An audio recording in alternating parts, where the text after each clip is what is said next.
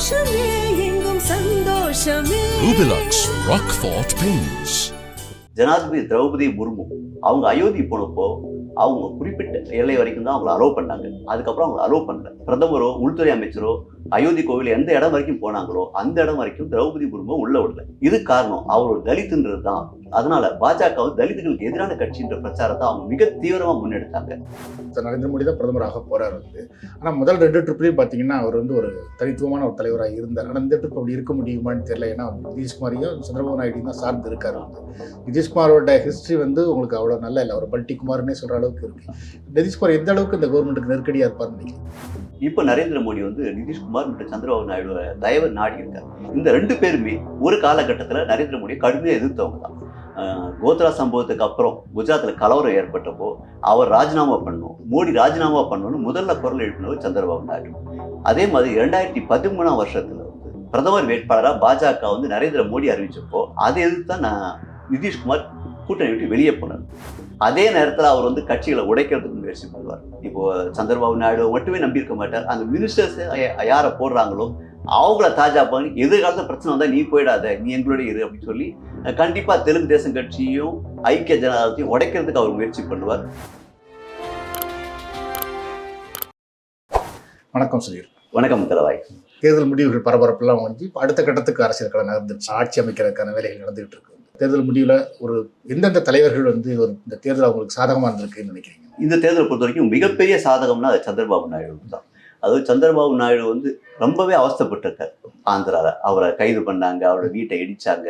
எல்லாத்துக்கும் மேலே அவர் கூட்டணி அமைக்க முயற்சி பண்ணி பிரதமரையும் உள்துறை அமைச்சையும் சந்திக்கிறதுக்காக சில மாதங்களுக்கு முன்னே போயிருக்காரு. அப்போ அவருக்கு அவங்க நேரம் கூட கொடுக்கல. அவரை ரொம்ப நேரம் காக்க வச்சிருந்தாங்க. அவர் அவங்களோட ஃபோனுக்காக காத்திருந்து நீண்ட நேர காத்திருப்புக்கு பிறகுதான் அவங்கள சந்திக்க முடிஞ்சிருக்கு. ஆனா அப்படி அவரை புறக்கணிச்ச பாஜக தலைவர்கள் இப்போ சந்திரபாபு நாயுடு எந்த நேரத்தில் டெல்லிக்கு வருவார் காத்திருந்திருக்காங்க.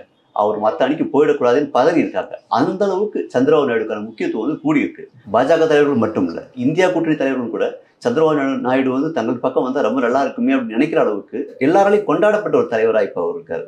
அதனால சந்திரபாபு நாயுடு ஒரு அதிர்ஷ்டசாலி அப்படின்னு சொல்லலாம். பார்த்தீங்கன்னா அதுலேயும் சோசியல் மீடியாவில் அதாவது வாழ்க்கையில் நம்ம எந்த நேரத்தையும் தளர்ந்துடக்கூடாது, நம்பிக்கை வச்சிருக்கணும் அப்படிங்கிறதுக்கு ஒரு உதாரணமாக இன்னைக்கு சந்திரபாபு நாயுடு ட்ரெண்ட் ஆகிட்டு இருக்காரு. 8 மாதத்துக்கு முன்னாடி எப்படி இருந்தார், இப்போ எப்படி இருக்காரு அப்படிங்கிற மாதிரி. இன்னொன்று கேட்கணும்னு நினைச்சேன், அகிலேஷ் யாதவ் எப்படி பார்க்குறீங்க? உதாரணமாக உத்தரப்பிரதேசத்தில் எல்லாத்துக்கும் ஆச்சரியம் தர ஒரு முடிவு வந்திருக்கு. சந்திரபாபு நாயுடு கொஞ்சமும் குறைஞ்சது இல்லை அகிலேஷ் யாதவுடைய டேலண்ட் கூட. அதாவது அவர் எல்லாருமே இனிமே மீண்டு வர மாட்டார் அப்படின்னு நினைச்சாங்க. அதாவது 2017 தேர்தலில் தோத்தாரு, அப்போ மீண்டு வருவார் அப்படின்னு எல்லாருமே நினைச்சிட்டு இருந்தாங்க. அதுக்கப்புறம் 2022 அசம்பிளி தேர்தலையும் அவர் தோத்துட்டார். அதுக்கப்புறம் அவர் மேலே யாருக்குமே நம்பிக்கை இல்லை, இவரால் இனிமேல் திரும்ப வர முடியாது அப்படின்னு நினைச்சாங்க. ஆனால் அகிலேஷ் யாதவ் அந்த நேரத்தில் அந்த கூட்டணி முடிவுகள் சரியா எடுத்தார்.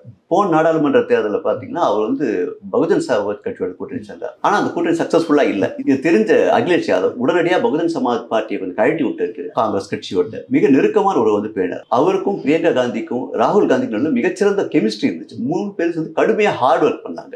அதோட மோடி பல இடங்கள்ல இஸ்லாமியர்களை அட்டாக் பண்ணி பேசினாரு. இது இஸ்லாமியர்களை ஓட்ட சமாஜ்வாடி கட்சிக்கு முன்னாடி கன்சாலிடேட் பண்ணிச்சு. இது ஒரு புறம் இருக்கும்போது தலித்கள் மற்றும் பிற்படுத்தப்பட்ட மக்களுடைய ஓட்டுகளையும் மிகச்சிறப்பாக கவர்ந்திருக்காரு. அதாவது பிஜேபியை ஒரு அப்பர் காஸ்ட், ஒரு பிசின்னு கவர் பண்ணும்போது இவர் இஸ்லாமியர்கள், ஒரு டவுன் ட்ராடன் பீப்புள்னு கவர் பண்ணி மிகச்சிறப்பான ஒரு வாக்கு வங்கி உருவாக்கினார்.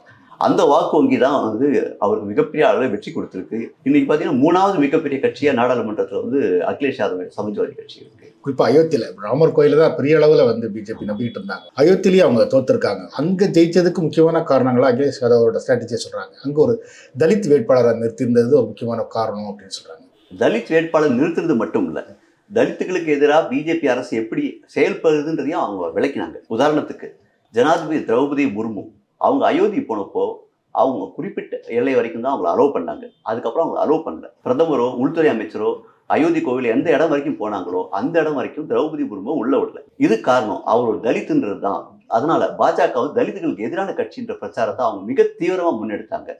ஒரு பக்கம் தலித் வாக்குகள், இன்னொரு பக்கம் அவங்களுக்கே ஒரு யாதவ் வாக்குகள், அப்புறமா பிரதமர் மோடியோட இஸ்லாமிய எதிர்ப்பு பேச்சாக தங்கள் பின்னால் அணிதிரண்ட இஸ்லாமியர்கள் 3 வாக்குகளையும் சேர்த்து தான் இந்த மிகப்பெரிய வெற்றியை அகிலேஷ் யாதவ் பெற்றிருக்கார். நிதிஷ்குமார் பார்த்தீங்கன்னா இந்தியா கூட்டணி உருவாகும் போது அவர் அதில் ஒரு முக்கியமான தலைவராக இருந்தார். அவர் அதில் இருந்திருந்தாருன்னா இன்னைக்கு அந்த கட்சி அது அவங்க மெஜாரிட்டி வர வாய்ப்பு இருந்திருக்கு. அவர் தான் பிரதமராக கூட ஆயிருந்திருப்பார். இன்னைக்கு அவருக்கு ஒரு முக்கியத்துவம் இருக்குன்னா கூட அது ஒரு இழப்பா பார்க்குறீங்களா, இல்லை இந்த தேர்தல் முடிவு அவருக்கு சாதகம் தான் நினைக்கிறீங்களா? நிச்சயமா இந்த தேர்தலில் மிக அதிகமாக எழுந்திருக்குது யாருன்னா அது நிதிஷ்குமார் தான். ஏன் சொல்றேன்னாக்கா, நிதிஷ்குமாரை இந்தியா கூட்டணியுடைய தலைவராகவும் பிரதமர் வேட்பாளராகவும் முன்னிறுத்த காங்கிரஸ் கட்சியே தயாராக இருந்துச்சு. ஏன்னா காங்கிரஸ் கட்சியை பொறுத்த வரைக்கும் பிரதமர் பதவி அவங்களுக்கு பெரிய பொருட்டு கிடையாது. அவங்களுக்கு ஒரு பொம்மையாக தேவைப்பட்டுச்சு. அந்த பொம்மையாக கூட அவங்க நிதிஷ்குமாரை பயன்படுத்த தயாராக இருந்தாங்க. ஆனால் நிதிஷ்குமார் அப்போ ஏமாந்துட்டார். அப்போ சில கருத்து கணிப்புகள்லாம் பார்த்துட்டு மத்தியில் திரும்பவும் பிஜேபி ஆட்சி தான் வரப்போகுதுன்ற ஒரு யோசனை அவருக்கு இருக்கும். அதனாலேயே அவர் பிஜேபி கூட கூட்டணி சேர்ந்துட்டார். இப்போ பார்த்தீங்கன்னா இந்த கூட்டணியில் நிதிஷ்குமார் இந்தியா கூட்டணி இருந்திருந்தாருன்னா பீகாரில் 30 தொகுதிகளையாவது இந்த கூட்டணி ஜெயிச்சிருக்கும். தேசிய ஜனநாயக கூட்டணியோடைய முன்னணி கொஞ்சம் குறைஞ்சிருக்கும். இவர் பிரதமர் அதுக்கான வாய்ப்பு அதிகமாக இருந்துட்டு இருக்கும். அப்படி இல்லாட்டி கூட இந்த நேரத்தில் ஒரு 20 தொகுதியில் ஜெயிச்சு இப்போ நான் பிஜேபிக்கு போகிறேன் அப்படின்னு போயிருந்தாருனாக்கா அவருக்கு இன்னும் வேல்யூ கூடி இருக்கும். அதனால அவர் மிகப்பெரிய அளவில் இழந்துட்டாருன்னு சொல்லுவோம். அவர் இப்போ கிங் மேக்கராக எல்லாருமே பார்க்குறாங்க. ஆனால் ஒரு கிங் ஆகக்கூடிய வாய்ப்பு நிதிஷ்குமார் இழந்துட்டாருன்னு தான் நான் சொல்லுவேன். நரேந்திர மோடி தான் பிரதமராக போறாரு. ஆனால் முதல் 2 ட்ரிப்லையும் பார்த்தீங்கன்னா அவர் ஒரு தனித்துவமான ஒரு தலைவராக இருந்தார். ஆனால் இந்த ட்ரிப் அப்படி இருக்க முடியுமான்னு தெரியல. ஏன்னா நிதிஷ்குமாரையும் சந்திரபாபு நாயுடையும் தான் சார்ந்து இருக்காரு. நிதிஷ்குமாரோட ஹிஸ்ட்ரி உங்களுக்கு அவ்வளோ நல்லா இல்லை. அவர் பல்டி குமார்னே சொல்கிற அளவுக்கு இருக்கு. நிதிஷ்குமார் எந்த அளவுக்கு இந்த கவர்மெண்ட்டுக்கு நெருக்கடியாக இருப்பார்னு நினைக்கிறீங்க? பிரதமர் மோடியை பொறுத்த வரைக்கும் ஒரு டிக்டேட்டிவ் லீடராகவே பழகிட்டார். அவர் மற்றவங்ககிட்ட சரண்டர் ஆக மாட்டார். இந்த தேர்தலில் அவருக்கு அப்படிப்பட்ட ஒரு சூழல் அமைஞ்சிருக்கு. இப்போ நரேந்திர மோடி நிதிஷ்குமார் மற்றும் சந்திரபாபு நாயுடு தயவு நாடி இருக்காங்க. இந்த 2 பேருமே ஒரு காலகட்டத்தில் நரேந்திர மோடியை கடுமையாக எதிர்த்தவங்க தான். கோத்ரா சம்பவத்துக்கு அப்புறம் குஜராத்தில் கலவரம் ஏற்பட்டப்போ மோடி ராஜினாமா பண்ணணும்னு முதல்ல குரல் எழுப்பினவர் சந்திரபாபு நாயுடு. அதே மாதிரி 2013ஆம் வருஷத்துல பிரதமர் வேட்பாளராக பாஜக நரேந்திர மோடி அறிவிச்சப்போ அதை எதிர்த்து தான் நிதிஷ்குமார் கூட்டணி விட்டு வெளியே போனார். இப்ப 2 பேருமே ஒரு சில சந்தர்ப்பவாதங்களால இந்த கூட்டணியில சேர வேண்டியிருக்கு. ஆனா அதே நேரத்துல அவங்க 2 பேருமே சிறுபான்மை வாக்குகளையோ தலித் வாக்குகளையோ இழக்க தயாரா இருக்க மாட்டாங்க. அவங்களுக்கு ஏதாவது திட்டங்களை அந்த மோடி அரசு கொண்டு வரதுனாக்கா கண்டிப்பா எதிர்ப்பாங்க. உதாரணமா குடியுரிமை சட்டம், பொது சிவில் சட்டம்னு கடுமையான சட்டங்களை கொண்டு வந்தா அது தங்களோட வாக்கு வங்கி பாதிக்குமோ அதனால அப்படின்னு இவங்க 2 பேரும் கவலைப்படுவாங்க. கண்டிப்பா அதுக்கு எதிர்ப்பு தெரிவிப்பாங்க. ஆனா இந்த 2 பேர்ல சந்திரபாபு நாயுடு ஓரளவுக்கு நம்பலாம்னு சொல்லலாம். ஏன்னா அவர் ரொம்ப எல்லாம் மிரட்ட மாட்டார்.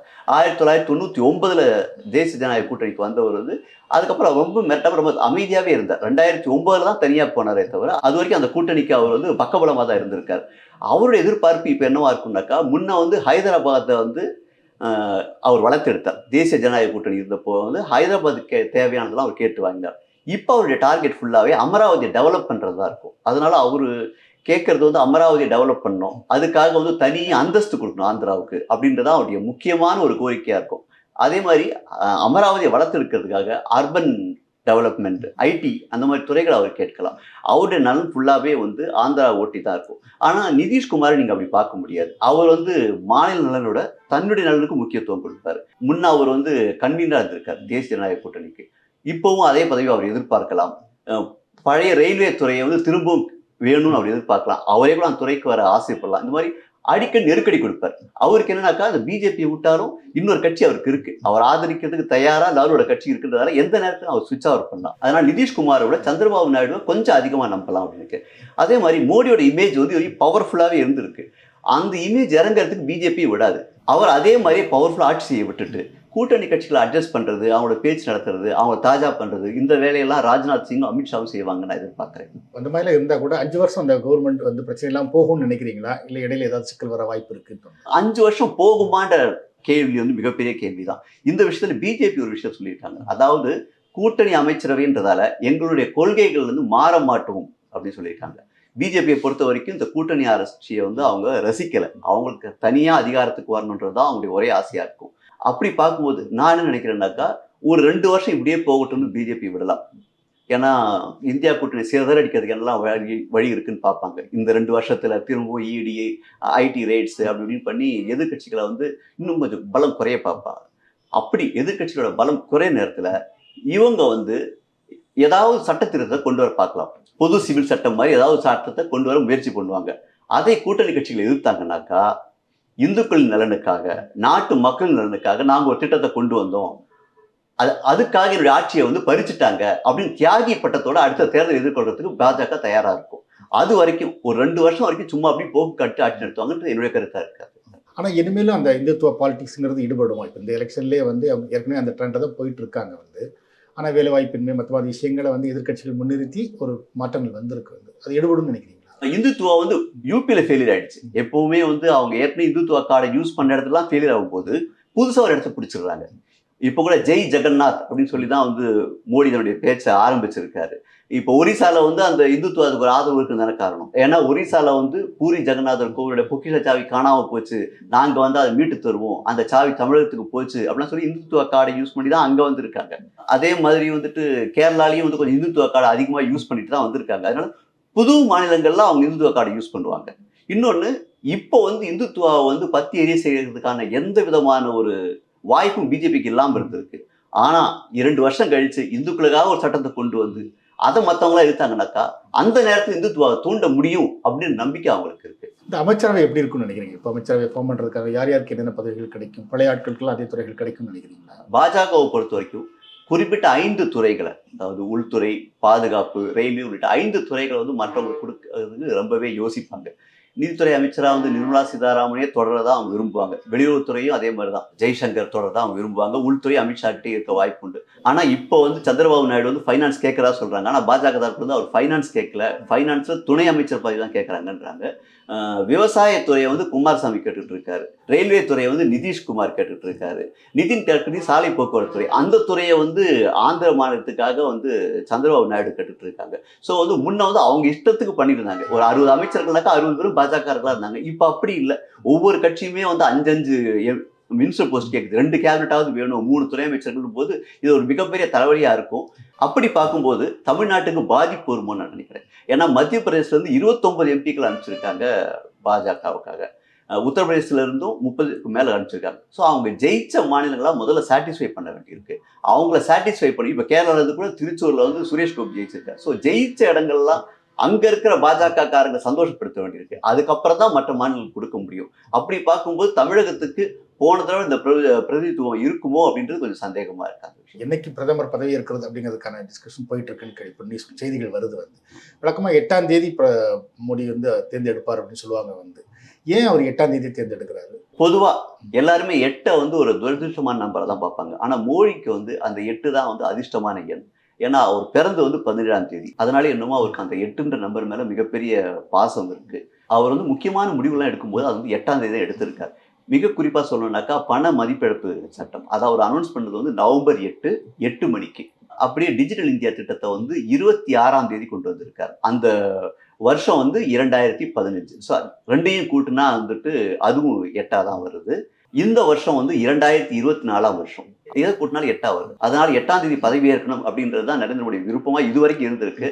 ஆனா ஒரு சிலர் இப்போ அதுல சில மாற்றங்களை செய்யணும், அது 9ஆம் தேதிக்கு வச்சுக்கலாம் அப்படின்னு சொல்லிட்டு இருக்காங்க. இதை பிரதமர் ஏத்துக்குவாரா இல்ல தன்னுடைய சென்டிமெண்ட் படி 8ஆம் தேதியை வச்சுக்கணும்னு சொல்லுவாரா அப்படின்னு தெரியல. அதை பொறுத்து தான் பார்க்கணும். இப்போ நம்ம இந்திய கூட்டணி பற்றி பேசணும், ஆட்சி எப்படி தொடருமா அப்படிங்கிற மாதிரி விஷயம். இதே மாதிரி எதிர்க்கட்சிகள் பொறுத்த வரைக்கும் இந்தியா கூட்டணி இருக்குல்ல, அவங்க ஆட்சிக்கு வரலன்னா கூட அந்த கூட்டணி எப்படி இருக்கும்னு நினைக்கிறீங்க? அடுத்த எலெக்ஷன் வரைக்கும் அது தொடரும்னு நினைக்கிறீங்களா? கண்டிப்பா இந்தியா கூட்டணி வந்து தொடர்றதுக்கான நிறைய வாய்ப்புகள் இருக்கு. ஏன் சொல்றேன்னாக்கா மாநில கட்சிகள் வந்து பலம் பெறுது. அப்படி மாநில கட்சிகள் பலம் பெறும்போது அவங்களுக்கு எந்த கட்சி எதிராக இருக்குதுன்னு பார்ப்பாங்க. அந்த கட்சியோட அவங்க சேர மாட்டாங்க. முன்ன காங்கிரஸ் வந்து மத்தியில் வலுவா இருந்துச்சு, அப்ப எல்லா மாநிலங்களையும் அவங்க வலுவா இருந்தாங்க. அதனாலேயே மாநில கட்சிகள் வந்து காங்கிரஸோட சேர மாட்டாங்க. அவங்களோட சேர்ந்தா தன்னுடைய வாக்கு வங்கி பாதிக்கும்னு நினைச்சிட்டு அதுக்கு எதிரான கட்சியோட சேருவாங்க. உதாரணமா தெலுங்கானாலே ஆகட்டும், ஆந்திராலே ஆகட்டும், ஒரிசாலே ஆகட்டும், எல்லாருமே காங்கிரஸ்க்கு எதிரான கட்சியோட சேருவாங்க. அப்ப எல்லாருமே பிஜேபியை நோக்கி போயிட்டு இருந்தாங்க. இப்ப காலம் அப்படியே மாறிடுச்சு. இப்போ அப்படியே காலம் மாறி எந்த லெவலுக்கு வந்துச்சுனாக்கா பிஜேபி எல்லா ஊர்லயும் ஸ்ட்ரென்தன் ஆயிடுச்சு. அதனால பிஜேபி எதிர்க்க வேண்டிய சூழல்ல வந்து மாநில கட்சிகள் இருக்காங்க. அப்படி பிஜேபி எதிர்க்கணும்னாக்கா அவங்க வந்து காங்கிரஸோட தான் இருக்க வேண்டியிருக்கு. அதனால எல்லா கட்சிகளுக்குமே காங்கிரஸ் விட்டு போகக்கூடாது அப்படின்ற ஒரு கொள்கை நிச்சயமா இருக்கும். இன்னும் கொஞ்சம் கேட்டா இந்தியா கூட்டணி எண்ணிக்கைகள் வந்து கூடுறதுக்கான வாய்ப்புகள் இருக்கு. எப்படின்னாக்கா இப்போ நேற்று நடந்த என்டிஏ கூட்டத்துல அஜித் பவார் கலந்துக்கல. ஏன்னா அஜித் பவார் வந்து பாராமதி தொகுதியை தோத்த வந்து மிகப்பெரிய அவமானமா கருதார். பாராமதி தொகுதியில வந்து அஜித் பவாரோட மனைவி வந்து சுப்ரியா சுலேவை எதிர்த்து நின்னாங்க. சுப்ரியா சுலே வந்து சரத் பவாரோட பொண்ணு. ஆனா அந்த தொகுதியில சுப்ரியா சுலே வந்து ஜெயிச்சிட்டாங்க, அஜித் பவாரோட மனைவி வந்து தோத்துட்டாங்க. சரத்பவாரை விட்டு விலகி போய் தேசிய ஜனநாயக கூட்டணியை சேர்ந்த இந்த கட்சிக்கு வந்துட்டு மொத்தமே ஒரு எம்பி சீட் தான் கிடைச்சிருக்கு. 4 தொகுதியில் நின்னாங்க, அது 1 தான் கிடைச்சிருக்கு. தங்களை வந்து பிஜேபியும் ஏக்நாத் ஷிண்டேவும் காலவாரி விட்டுட்டதா வந்து அஜித் பவார் இப்போ கோவப்படுறார். அதனாலே கூட்டத்தில் அவர் கலந்துக்கல. அவர் வந்து திரும்பவும் சரத்பவார்ட்ட வர்றதுக்கான வாய்ப்புகள் அதிகம் இருக்கு. அப்படி வந்தா இந்தியா கூட்டணியோட எண்ணிக்கை 1 கூடிடும். அதே மாதிரி உத்தவ் தாக்கரே விட்டு பிரிஞ்சு போன சிவசேனா அவங்களுக்கு வந்து 7 சீட் இருக்கு. அந்த சிவசேனா அவ்வளோ சாட்டிஸ்ஃபைடா இல்லை. தங்களை வந்து பிஜேபி வந்து பொம்மை மாதிரி நடத்துறதா வந்து முதல்வர் ஏக்நாத் ஷிண்டேவே கருதுறாரு. அதனால அந்த 7 பேரும் கூட இந்தியா கூட்டணிக்கு வர்றதுக்கான வாய்ப்பு இருக்கு. அப்படி பார்த்தா எதிர்காலத்தில் இந்தியா கூட்டணி வலுவடைறதுக்கான வாய்ப்புகள் தான் இருக்கே தவிர பலவீனப்படுறதுக்கான வாய்ப்புகள் இப்போதைக்கு கிடையாதுன்னு சொல்றாங்க. எப்படிப்பட்ட ஒரு மோடியை நம்ம என்ன பார்க்கலாம்னு நினைக்கிறீங்க? உதாரணமா எல்லாருமே இப்போ வாஜ்பாயை வந்து ஒரு உதாரணமாக சொல்லிகிட்டே இருக்காங்க. திரும்ப வந்து வாஜ்பாய் மாதிரி மோடி மாறுவார், ஒரு நிகழ்ச்சியான தலைவராக மாறுவார், ஏன்னா மெஜாரிட்டி இல்லை அப்படிங்கிறதுனால கட்சிகளை அரவணைச்சு போடுங்க. அது நடக்கும்னு நினைக்கிறீங்களா? மோடியை பொறுத்தவரை தன்னுடைய பிம்பத்தை எந்த காலத்தையும் அவர் விட்டு கொடுக்க மாட்டார்.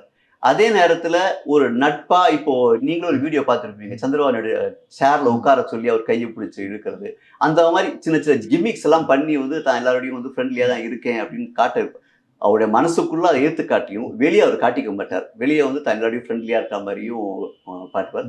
அதே நேரத்தில் அவர் வந்து கட்சிகளை உடைக்கிறதுக்கு முயற்சி பண்ணுவார். இப்போ சந்திரபாபு நாயுடு மட்டுமே நம்பியிருக்க மாட்டார். அந்த மினிஸ்டர்ஸ் யாரை போடுறாங்களோ அவங்கள தாஜா பண்ணி எதிர்காலத்தில் பிரச்சனை வந்தால் நீ போயிடாத, நீ எங்களுடைய இரு அப்படின்னு சொல்லி கண்டிப்பா தெலுங்கு தேசம் கட்சியும் ஐக்கிய ஜனதாதளத்தையும் உடைக்கிறதுக்கு அவர் முயற்சி பண்ணுவார். வெளிநாட்டில் அவருடைய இமேஜ் வந்து இன்னும் கூட்டிட்டு தான் இருக்கு. ஏன்னாக்கா பொதுவாகவே வந்து பல பேர் வந்து நரேந்திர மோடி தோத்துட்டாங்களா அப்படின்னு வெளிநாட்டுல ஆச்சரியப்படுறாங்க, அதிர்ச்சி ஆகுறாங்க. இவர் வந்து பெரிய தாதாக்கெல்லாம் கீழே அடிபட்டுலாம் அதெல்லாம் ஒன்றும் இல்லைப்பா அப்படின்னு நிற்பாங்க இல்லையா, அந்த மாதிரி நான் பழைய ஃபார்ம்ல தான் இருக்கேன்.